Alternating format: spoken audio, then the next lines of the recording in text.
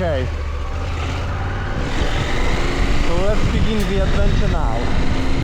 Or maybe let's cut to the chase first. If life gives you lemons, you should make a lemonade. So they say. In my case, lemons are time and you're watching the lemonade. If you didn't notice, I'm trying to be smart here. Let me explain. So I've been making YouTube videos for about 10 years now. And I think around like 3 years ago, I stopped making videos that I actually like to watch. And then the views went down. Oh my lord, it sounds like a freaking apology video and it's boring as hell. Okay, let's crank it up a notch. I'm back. I'm also kind of oldish and I still like bikes, so I'm changing the channel name to Midlife Motor Prices. Yeah, that wasn't that hard, right? Oh, and I didn't get to use 30 minutes of monologues that I recorded there, like this one. A year ago, along with my wife, we went for a motorcycling trip in Himalayas, and I actually hit my 40th birthday there. So let's get back to the adventure at hand, which is me solo off-road riding Polish Northern Trans-European Trail. So I'll be riding from Malbork, this place, where we have the biggest medieval castle in the world, I think, to the border with Germany. It's actually my first solo off-road adventure, my first time on Polish TET. Northern Poland is rather flat, so I don't expect, mountains. Easy. I think it should be fairly easy. I have around 600 kilometers to go, so 3 days should be plenty enough. I have suddenly realized that I'm hungry. Let's find a place to eat.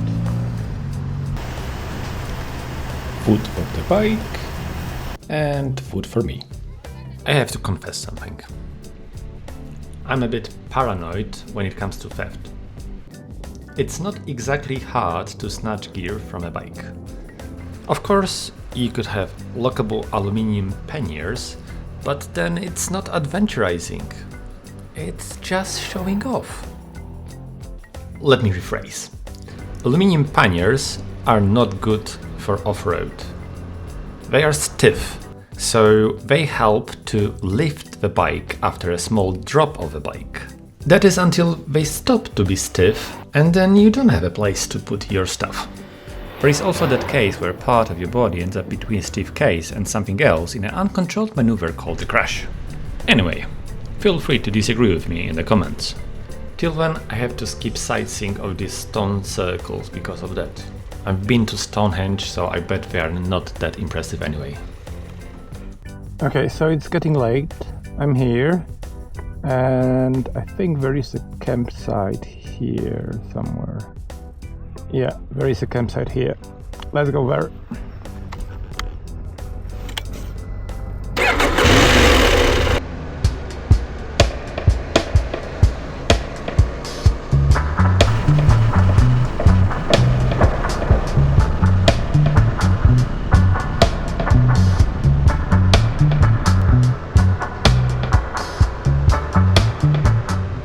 Alright, so I'm at the campsite, and let's see if I remember how to set up my tent.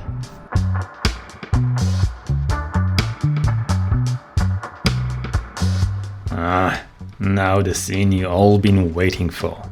Old bloke taking a bath in freezing cold water. That's why you are here. So, I wanted to make myself a coffee, but of course I forgot to take filters for the coffee.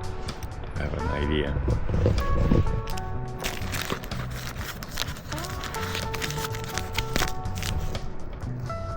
This should work.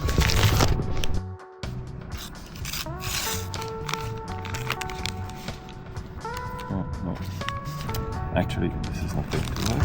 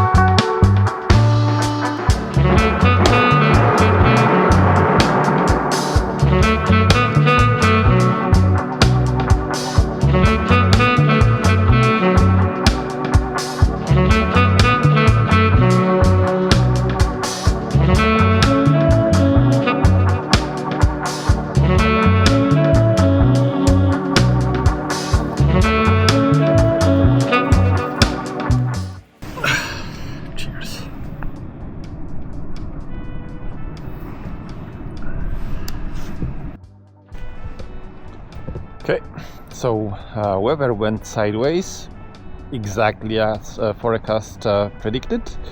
So yeah, time to hit the road, Jack. Hit the road, Jack. Don't you come back no more, no more, no more, no more. Hit the road, Jack. And don't you come back no more. What you say? Hit the road, Jack. Don't you come back no more, no more, no more, no more. Hit the road, Jack. And don't you come back no more. Hit the road, Jack. I also need to find myself breakfast somewhere. Looks like I'll be eating ninjapka once again. I got a free coffee because it's a 1 year anniversary of shop opening. Let's hit the dirt now. Maybe not literally. Okay, so Polish Trans-European Trail. As you may or may not be aware, riding off-road in Poland is mostly illegal. We can ride on field roads and forest roads that are explicitly permitted for public access, like this one. Obviously, TET track leads through those publicly accessible trails, or roads. And from time to time also connecting paved roads. Sometimes the dirt roads are actually the connecting part, but you get the picture. Anyway, nothing really surprising except this tractor popping from behind the corns. And this is something we call szutrostrada in Polish. In raw translation it would be dirt way, kind of like a motorway, just not. I actually had quite a lot of these, sometimes running through a small village, but in general a lot of dirt roads that are flat, just the scenery around changed a little bit. Until I got to this place, a bridge. And I'm not talking about this concrete one, I'm talking about that one. Okay, I think this bridge is not a bridge anymore. Very smart observation, Marcin. It was actually destroyed by the SS at the end of Second World War. Now it's time for food for me and food for the bike. And let's think about the strategy for the rest of the day. It's close to 3 PM and I have around 250 kilometers to go, and the only attraction is the old bunker when I wasted 30 minutes recording the apology video. Idea of changing things up here. Procrastinated a little bit. A middle-aged guy. Time is one thing you can't buy. Here I am, sitting on the horse backwards. Or rather a rant on myself. Anyway, 350 kilometers to go, gloomy weather. Let's speed things up and try to reach my destination today.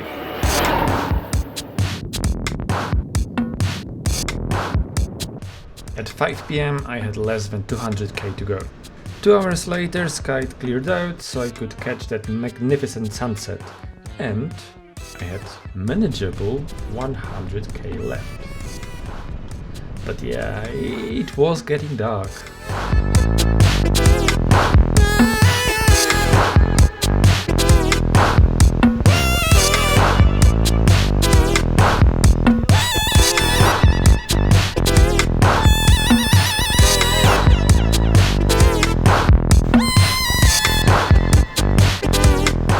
I still see light.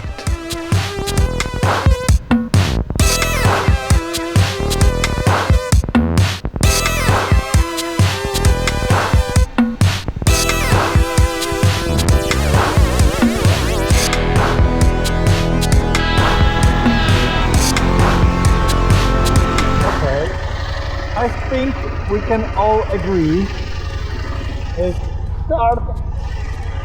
dark as hell, and only thing lighting me is this navigation because it doesn't have night mode, and everything reflects in my visor, so I cannot see anything through it. The only thing I can see something is to ride it with it being open. which makes it cold. So, and I can see the wildlife just like jumping in front of me. So I think this is a good metaphor for the fact that we cannot beat time. And with that bombshell, yeah, I'm heading to civilization. So let's just finish this spot and head home. I have 56 kilometers of TET left, and that's enough. On that note, let's sum up the trip. In those 2 days, I've traveled around 750 kilometers, around 600 of that was on TET trails. I've exited TET somewhere around Myślibusz and headed north towards Szczecin. Although it was my first solo off-road adventure ride, it didn't make me rediscover myself.